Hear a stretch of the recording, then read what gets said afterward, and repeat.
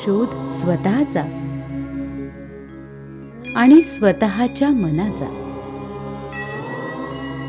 आणि या शोधानंच उभं केलं अर्थपूर्ण, तणावमुक्त आणि हेतुशुद्ध जीवनाच्या प्रत्येक गरजेसाठी आवश्यक ठरणारं मनशक्ती प्रयोग केंद्र.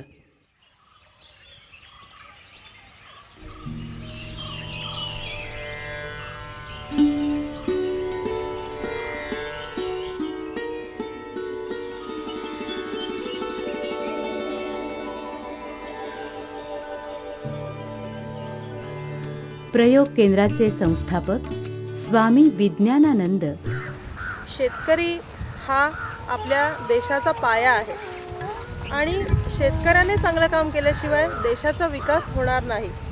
म्हणून खरं तर सर्व व्यवसायांमध्ये वंदनीय व्यवसाय कुठला असेल तर तो शेतीचा आहे असं म्हणावं लागेल. पण जो शेतकरी सगळ्या समाजाला अन्नधान्याचा पुरवठा करतो आहे, त्या शेतकऱ्याने जर संस्कारयुक्त शेती केली तर आपला सगळा समाज आणि नवीन पिढी ही सुद्धा सुसंस्कारित होऊ शकेल. आणि म्हणून स्वामीजींनी हा सगळा प्रयोग प्रॅक्टिकलमध्ये आणलेला आहे. प्रत्येक शेतकऱ्यांनी हा प्रयोग करावा असं त्यांनी सुचवलेलं आहे. मग अशा वनस्पतीला जर आपण चांगले विचार दिले तर ती सुद्धा स्वतःचं जीवन अधिक उन्नत करू शकते. आणि म्हणून जसं आपण आपल्या घरातल्या मुलाबाळांना वाढवतो, किती प्रेमाने वाढवतो, त्यांची सगळ्या दृष्टीने काळजी घेतो, तसंच आपण आपल्या शेताला सुद्धा वाढवणं अपेक्षित आहे. स्वामीजींनी या शेतकऱ्यांसाठी वनस्पती प्रयोग हे खास एक पुस्तकच लिहिलं आहे की शेतकऱ्यांनी या माध्यमातून जर शेती केली तर त्याचा शेतकऱ्याला तर फायदा होतोच, परंतु ते धान्य जे खाणारे आहेत त्यांना सुद्धा आरोग्यावर त्याचा परिणाम चांगला होतो हे सिद्ध झालेलं आहे. हा धान्यावर प्रयोग केलेला आहे आपण इथं. तर इथं हे 75 क्षेत्र आहे आपलं आणि प्रत्येक याच्यामध्ये 40-40 किलो धने टाकलेले आहेत प्रत्येक प्लॉटमध्ये. तर या वरच्या प्लॉटमध्ये प्रार्थना केलेली आहे आणि खालच्या प्लॉटला प्रार्थना केलेली आहे. मधल्या प्लॉटला प्रार्थना केलेली नाही, कारण या आपल्याला यातला फरक कळावा की प्रार्थने परिणाम होतो किंवा नाही, यासाठी अशा पद्धतीने हा प्रयोग केलेला आहे. तर दर रविवारी या चाकण आश्रम आणि लोणावळे केंद्राचे साधक यांच्या माध्यमातून या ठिकाणी गायत्री मंत्राचा 108 वेळा जप केलेला आहे. आणि वनस्पती जी प्रार्थना आहे स्वामीजींनी सांगितलेली ती प्रार्थना याच्यावर म्हटलेली आहे.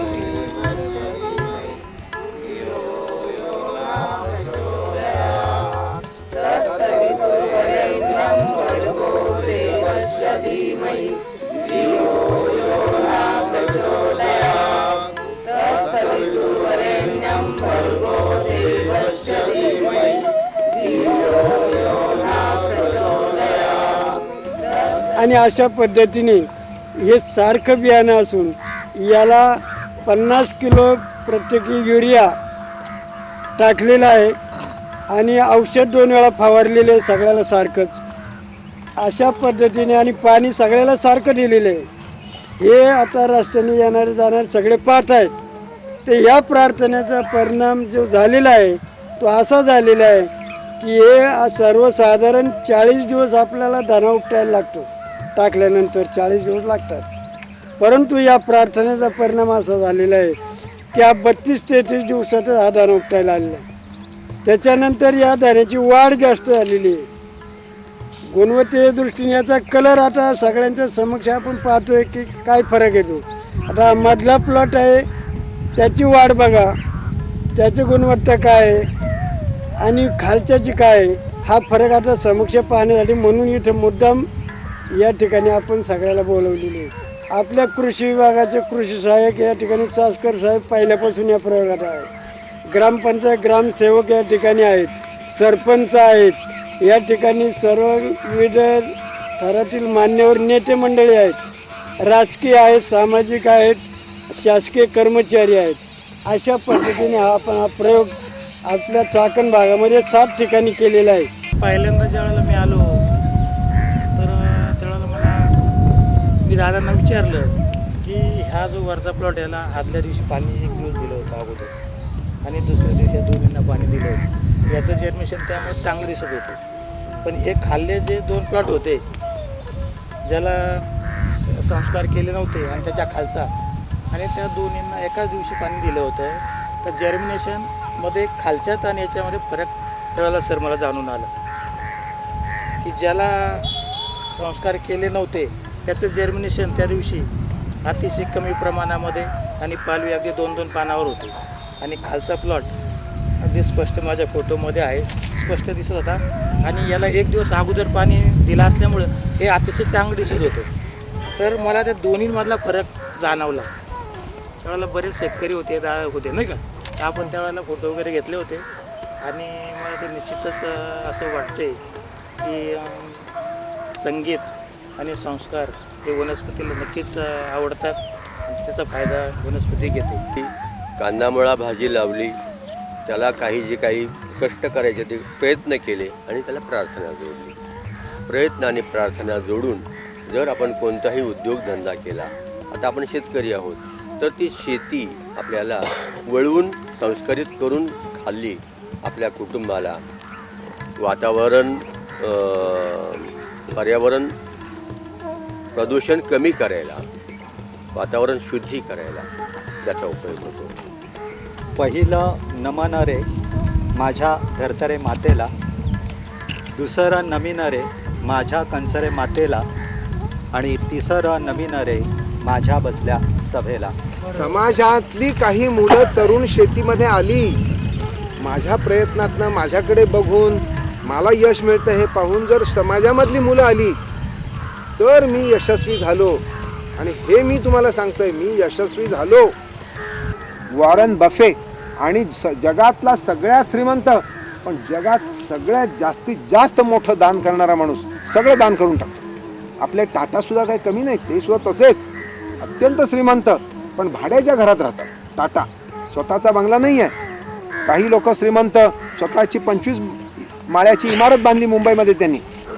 तेव्हा मंडळी, वॉरन बफे असं सांगतोय, हा माणूस वॉरन बफे जो आपल्याला सगळ्यांना माहिती नाही अजून, वॉरन बफे असं सांगतोय की येत्या काही वर्षामध्ये शेतकरी मर्सिडीज आणि रोल्स रॉयस नावाची अत्यंत सगळ्या जगातली श्रीमंत कार चालवतील आणि मुंबई पुण्यामधले जे मोठे मोठे इंजिनियर आहेत कम्प्युटरचे, ते येऊन शेतकऱ्यांचे ट्रॅक्टर चालवतील.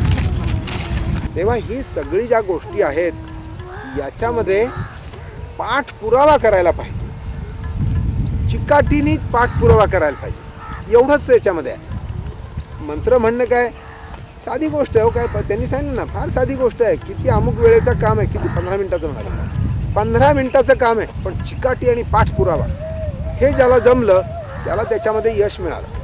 शक्ती प्रयोग केंद्रामार्फत परमपूज्य स्वामी विज्ञानानंद यांनी 77 सालच्या त्यावेळेलाही मी हजर होतो या वनस्पती प्रयोगाच्या माध्यमातून. तर त्यावेळेलाही सुद्धा त्या जे गव्हाचं उत्पन्न निघालं, जवळजवळ 18 ते 20% जादा तर उत्पन्न निघालं त्या पिकाचं. परंतु त्या गहूचं अन्न अनेक समाजामध्ये अनेक लोकांनी ते नेऊन एक घरी ते अन्न खाल्ल्यामुळं त्यांचे जवळजवळ बरेचशा लोकांचे अनुभव असे त्या काळचे अजूनपर्यंत सांगतायत लोक की त्यावेळेला त्यांना छोटे छोटे सगळे शरीरामध्ये असणारे विकार आजार हे सर्व कमी झाले. तर तो प्रयोग आता यावेळेला पुन्हा सुरू केलेला आहे आश्रम आणि मनशक्ती प्रयोग केंद्राने आणि त्याचा अनेक शेतकऱ्यांनी या ठिकाणी बऱ्याचशा शेतकऱ्यांनी लाभ घेतलेला आहे. तर याचा अनुभव आमचा अत्यंत चांगला आहे आणि हे तुम्हाला आता डोळ्यासमोर दिसतंच आहे सर्वांना की बा याचा अनुभव आता चांगल्या प्रकारे व गव्हाची वाढ एक चांगल्या प्रकारे झालेली आहे. शिवाय कुठल्याही प्रकारे त्याच्यावर कुठलेही औषध मारलेलं नाही, काही केलेलं नाही. तर त्याप्रमाणे हे सर्व आता डोळ्यासमोर आपल्या चित्र सर्वांच्या दिसतंय. तर याचा अधिक शेतकऱ्यांना उपयोग व्हावा, सर्व शेतकऱ्यांचा उपयोग व्हावा आपल्या महाराष्ट्रामध्ये आणि हा प्रयोग सर्वांनी राबवावा असं आम्हाला सर्वांना वाटते. त्याप्रमाणे सर्वांनी सहकार्य करावं. आमचे शेत आहे, हे शेत आमचं उज्ज्वल दिसतं आहे. ह्या उज्ज्वल शेतामध्ये ज्या प्रार्थनेची जागा आहे ती आम्हाला भरघोस पीक दिसतं आहे आणि हे बिन प्रार्थनेची जागा आहे ही जरा कमजोर दिसते, हे आम्हाला कळून आलेले आहे.